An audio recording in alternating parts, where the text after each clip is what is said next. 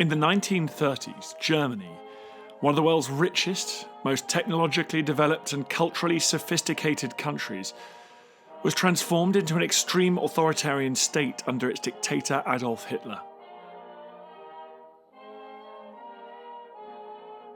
His unbridled ambition would plunge the world into a war bloodier and more destructive than any in history. So one of the most important questions from our past is just how Adolf Hitler was able to seize ultimate power.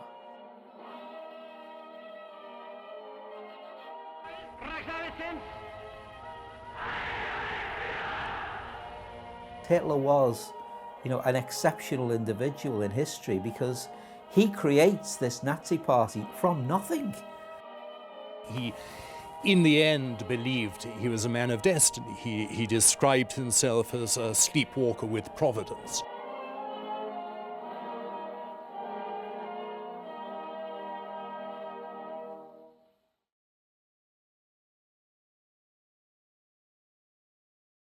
Hitler was born in a German-speaking community of the multi-ethnic Austro-Hungarian Empire.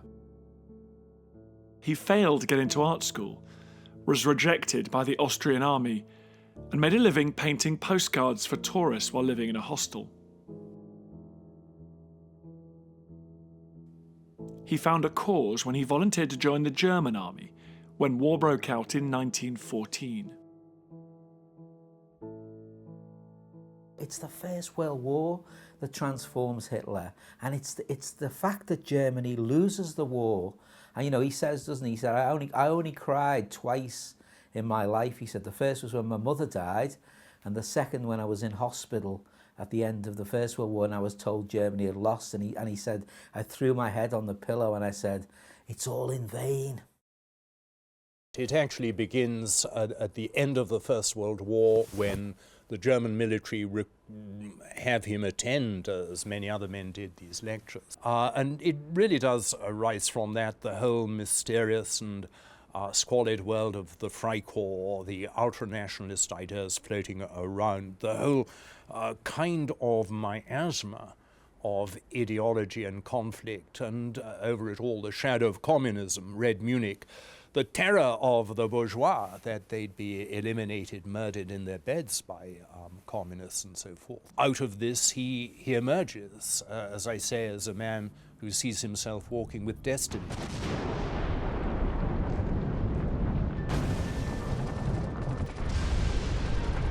Following the defeat and collapse of the German Empire, the nation was caught in a febrile state of competing ideologies, political experiments, street protest, and violence.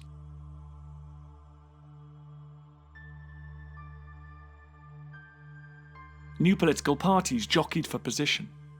One of them was a workers' party with a few dozen members. Hitler joined and rapidly took control with powerful speeches, renamed it the National Socialist German Workers' Party, and personally designed their symbol, a swastika in a white circle on a red background. It became known as the Nazi Party. And straight away, they realise he's a great speaker. He makes his way by speaking in beer halls, and that's how he makes his way. And first of all, he's purely an agitator. He's got no idea that he's going to be a politician. And he sort of gets on the coattails of sort of old-fashioned army figures like Ludendorff, General Ludendorff, and von Kahr. He's the kind of right-wing leader of the Bavarian government. And he sort of thinks, oh, I'm going to take over the government with these people. On the 8th of November 1923, Hitler burst into a rival political meeting in a beer hall in Munich, announcing he was going to overthrow the government. Within 24 hours, his farcical attempt had been crushed by the police. Hitler was put on trial for high treason, but he treated it as a PR opportunity. In the beer hall, Hitler leaps on a table, takes out his pistol, and fires shots in the air. The whole thing is comical. It's sort of like a South American revolution in the 1930s. It's not like Germany at all. The actual event itself, as it happened, looked and was ridiculous. And of course, the army and police would hear nothing of it. He made these stirring speeches at the trial in his, I think it was 9 months incarceration in Landsberg prison. He wrote Mein Kampf. But it was all a retrospective imposition of imagery and ideas. The whole ritual of the blood flag, the creation of the Munich martyrs, every religion needs martyrs and so forth. All this was a retrospective imposition of design on what was actually a chaotic and incoherent episode. Hitler was found guilty and sentenced to a paltry 5 years, before being released by the court after just a year in prison. When he was released, he focused on rebuilding the Nazi Party. I mean, they're just a fringe party with a kind of comical leader, but no one gives them a moment's notice. But they are actually refining various things. They're refining their act. They're refining their iconography. They're refining their imagery. They're refining their whole competence as an organization throughout this time. So something is going on. It's becoming increasingly focused, increasingly professional. And at this time, Hitler is developing, above all, the symbol system. He's spending hours in Munich Public Library researching heraldry and finding the designs and so forth, which are going to project his style, his regime. He's designing the uniforms. They're actually trying to find an ideology. What does Nazism actually mean? In many ways, it means nothing at all. Is it extreme right-wing? Is it extreme left-wing? There is a huge vagueness. They actually have this slogan, we don't want low bread prices, we don't want high bread prices, we don't want bread prices to stay the same. We want National Socialist bread prices. And what they are actually is a kind of catch-all party with a veneer of brutal militarism, but with all kinds of left-wing and ideological and anti-plutocratic appeals as well, and at the margin, and only at the margin at this time, anti-Semitism. See, Hitler was a little bit like, the Electric Light Orchestra, who I like, but, people would say, but they're quite derivative of the Beatles, and in a way, Hitler was a soaker-up of ideas rather than an original thinker. He wasn't really like, Karl Marx, a detailed scholar with a well-thought-out theory. Hitler was the kind of guy who would buy all the Sunday papers and then he'd pick bits out of them, and then that would become his kind of philosophy for the day. If Hitler had been somewhere else, if he'd been in America, he wouldn't have got anywhere. He was not the type of person who could possibly have got on in American politics. If he'd been in Britain, he wouldn't have got anywhere. I mean, we know Oswald Mosley, pretty good politician, didn't get anywhere. So he had to be in that location. There had to be the crisis in Germany for them to need this individual and those events, those economic events. So can you see it's like a kind of amalgamation between the events and the individual? If an exceptional individual is in the right place at the right time, then they can make a big difference in history. If they're not, if he was in New Zealand, we'd never know. Just talk about that guy who used to go down the pub and rant and rave on about, a master race of New Zealanders, Hitler and his party might have remained fringe players, were it not for the economic catastrophe of the Great Depression, which followed the Wall Street crash of the autumn of 1929. The American Stock Exchange collapses, and of course then Germany is plunged into this terrible economic depression with 6 million unemployed. And when you think of the big families that people had then, you're talking 30 million are affected. I interviewed a woman called Sigrid Crane. She lived in a place called Garmisch. It's like a skiing resort now. And she said you only had to go through the streets of that town to realise the hunger, that this had really affected the rural population. Now it's interesting, isn't it, that Hitler goes from 2% of votes in 28 and he goes to 37% in 4 years. So he comes to prominence in the period of the worst depths of the Depression. The breakthrough is 1930 when they get, I think it's 107 members of the Reichstag, and they're the second largest party. And the intervening variable is the Wall Street crash. In other words, that really destroys the German factory. You have as many as 7 million unemployed. And although the worker is proof against, the German worker is invulnerable to the Nazi appeal, as long as he has a job and is a member of the union. Once he's lost his job and has no union, then he's fair game, and he becomes a stormtrooper, joins the SA, joins the Nazi party, and is receptive to their message. In the midst of the economic crisis, German President Paul von Hindenburg sought to use Article 48 of the Constitution. It allowed him to overrule Parliament, the Reichstag, in emergencies. You actually had 37 parties in total, and it was anarchy. But you have this anarchy, you don't have agreement in the Reichstag.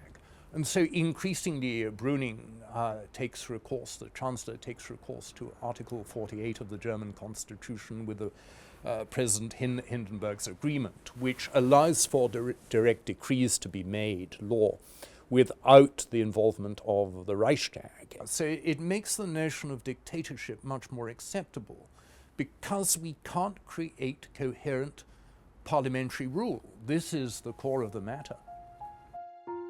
Despite condemnation from the parliament, Hindenburg refused to change and instead he dissolved the Reichstag and called an election.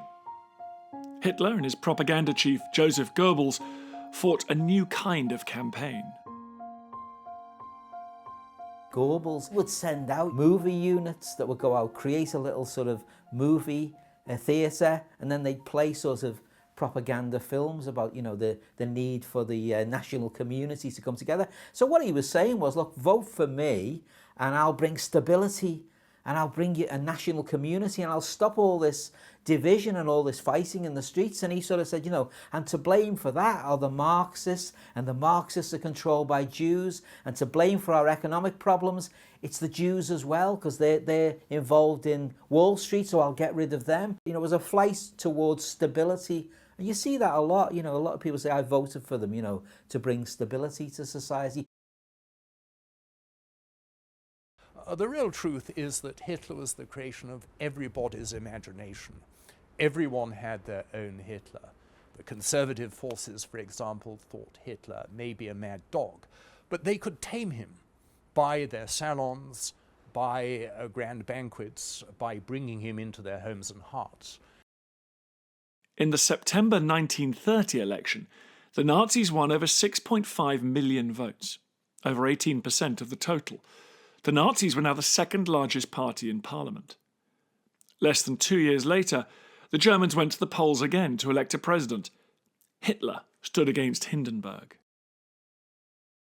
This is one of history's great set pieces because they had to actually position Hindenburg, who had been in the German army since, I think, 1865, in the war against Denmark, the war against Austria, and was the great hero of the First World War.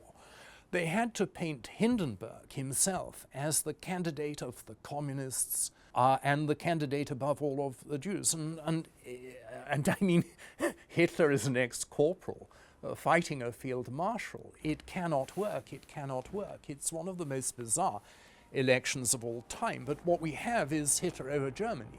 Hitler has this airborne campaign where he descends from the clouds in a trimotor, Siegfried-like, one of the gods. And so he can make speeches in 5 different German cities in a single day. He fights that campaign with all the new methods. Kapitulieren werden wir nicht. Unser deutsches Volk, unser Vaterland, die Bewegung, die beides einmal retten muss.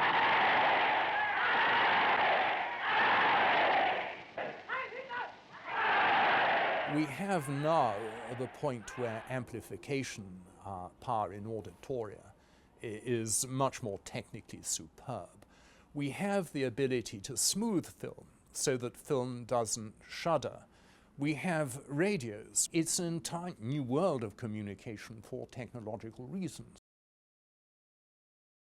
Despite victory when it came to propaganda, Hitler lost the election to Hindenburg, garnering just 36% of the vote to Hindenburg's 53%.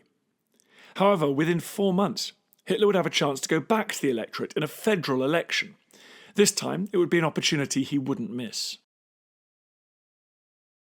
It's not like a massive overall majority here, but 37, 38%. It's quite a big proportion of the electorate in the Weimar period. The Nazis are the most popular party in the Weimar period. The Nazis won 37% of the vote, but they fell back to 33% in another election just 6 months later. There seemed to be a ceiling on Hitler's appeal. The Nazi party at that time has been called a catch-all party. The Nazi message is whatever you want it to be. Hitler was not offering anything concrete. He was offering emotional spasms, the retrieval of German pride, make Germany great again, the reversal of the verdict of Versailles, of the reparations, the confiscations of territory, the restoration of honor and pride to the German flag. Many people of all kinds were beguiled by this. But the core of the appeal was actually to the group from which Adolf Hitler had himself emerged. It was the lower middle class, and the lower middle class were a huge social group in Germany. It's the teachers, it's the lawyers, because they fear that they're going to lose their jobs next. It's always the fear. The fear of the middle class person is that, I'm going to lose my house, I'm going to lose my job. This is the panic of the middle classes, and crime is terrible, crime's awful. Of course, the crime never comes down their streets, but it's the fear that occupies their mind. And he played on that fear. And so his big gain in the cities is in the suburban middle class areas, and they start to come over to him. So he starts to unite rural Protestant Germany and middle class suburban Germany, and he brings them all together. Other social groups, the workers, were much more iffy. So were the upper middle class. I actually discovered from 1932 instructions which ordered the party not to show the swastika very much in middle class areas. It does show how the Nazis understood market segmentation, for one thing, that they had to give different messages to different groups, different messages, for example, to rural groups. They had to stress different kinds of racism in different kind of areas. For example, in areas with no anti-Semitic tradition, they'd not be anti-Semitic. They might be anti-Danish, for example. But he still could not capture the loyalty of large areas of the German public, the factory worker who is a member of a trade union still, the Catholic woman voter. Large sections of the upper middle class would still not be beguiled by Nazis and not voted for him. The sad thing and the tragic thing is that a lot of people who were of sound mind and sane and fair-minded people, and not necessarily wild-eyed fanatics at all, did vote for Hitler. And the interesting question is why people voted for him, and of course it was the last vote they ever had. After Hitler's electoral success, Hindenburg thought he could use this new force in politics to serve his own ends. On the 30th of January 1933, Hitler was appointed Chancellor of Germany. President Hindenburg, you've got to look at him because really he was trying to create a popular right-wing authoritarian government in Germany. Problem was he couldn't find a charismatic leader. He tried this guy called Heinrich Brüning. He looked like an accountant. And he acted like an accountant. He brought in all these austerity measures. Then he went for Franz von Papen, a communist leader, called him, a Nazi in a pinstripe suit. And he tried to sort of, take Germany massively to the right, and he wanted to create a dictatorship himself. At the end of February 1933, the Reichstag, the German parliament, was destroyed in a catastrophic fire. No one knows for sure who was responsible. Hitler immediately blamed the communists, and now in a position of real power as Chancellor, he pushed Hindenburg to issue the Reichstag fire decree.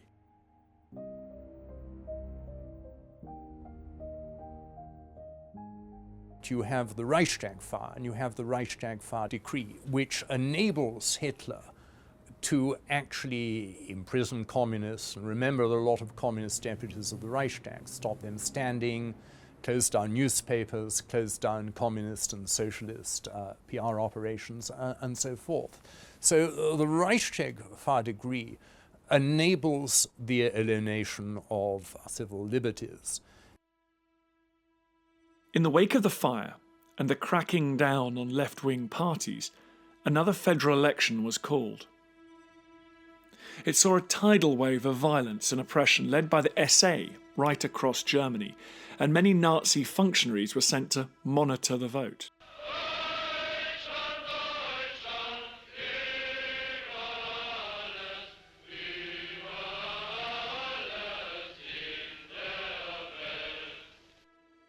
On the 6th of March 1933, the Nazis became the largest single party, winning nearly 44% of the vote. However, despite tactics of fear and voter suppression, it was way short of an overall majority. It was time to get rid of the electoral process. A fortnight later, with all the communist and some socialist members arrested or prevented from attending, the Reichstag passed the Enabling Act, giving Hitler the power to pass laws without parliamentary consent. They then basically abolish democracy.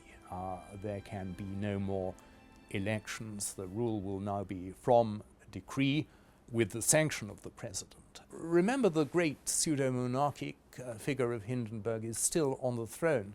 So you have that important continuity. The semblance of democracy or of being a heterogeneous society is continued.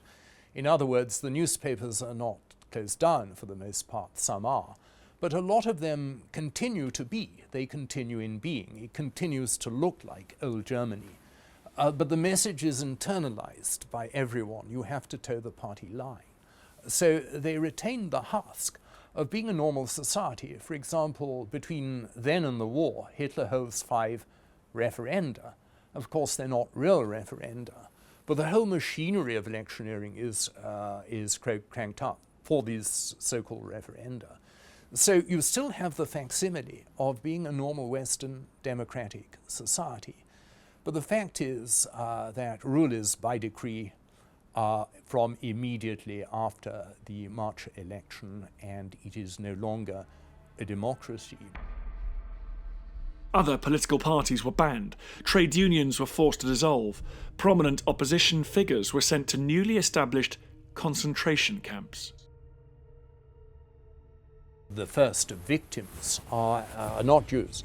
They are communists, they're liberals, they're socialists, they're anyone the regime disapproves of, including some conservatives. Remember, in 1938, the entire right-wing reactionary despotic neo-fascist Austrian regime was put into a concentration camp and emerged as heroes after the war. So the people going in the concentration camps are actually, not for the most part, Jewish. They're there for ideological rehabilitation. Concentration camps are actually sold to the German public. They're open to the public. They're sold in the media as being hives of open-air activity where people are healed. They're places of healing. They're made patriotic again. In late June, even Hitler's beloved brown shirts, the Sturmabteilung or SA, would experience his ruthless determination to remove any impediment to his personal control. During the so-called Night of the Long Knives, he purged the leadership of the SA together with prominent anti-Nazis. Over 4 days, as many as 1,000 were murdered. Everything Hitler ever did was make up on the hoof. He was not a strategic thinker. He was a tactician, and sometimes a brilliant tactician, but he was not a strategic thinker. But you come to the inexorable conclusion that you have to eliminate the stormtrooper leadership, and while you're at it, get rid of a few other people who are becoming awkward for the regime and stand in the way of your path to absolute control. You had all kinds of people from the public world who were murdered. General Kurt von Schleicher and his wife were done away with. A mere music critic for a newspaper was done away with, not deliberately, but you had a lot of collateral damage. And by the way, if you kill them, you send a message to the entire nation. Know your place.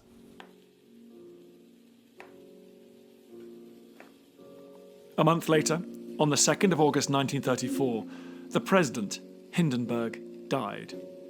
The presidency died with him. Its powers merged with those of the chancellor. With his death, there is now no intervening power between Hitler and the object of his desire, which is total, indeed you could call it totalitarian, control of the German people. So what Hitler then does is merge the two offices of Chancellor and President. So he becomes both Prime Minister and President. He becomes both monarch and politician. The one thing he does have is not only the powers of the President, but also control of the army. What Hitler wants at this time most of all is control of the army. Hindenburg had it. When Hindenburg goes, Hitler has that control. The army were made to swear an oath to him personally. He's now known simply as the leader, der Fuhrer. Hitler had been catapulted from a street corner loudmouth into an unassailable dictator in less than a decade. He had been lucky, but he was also a skilled propagandist and a vicious murderer who had ordered the deaths of colleagues, opponents and supporters alike. It was only the beginning.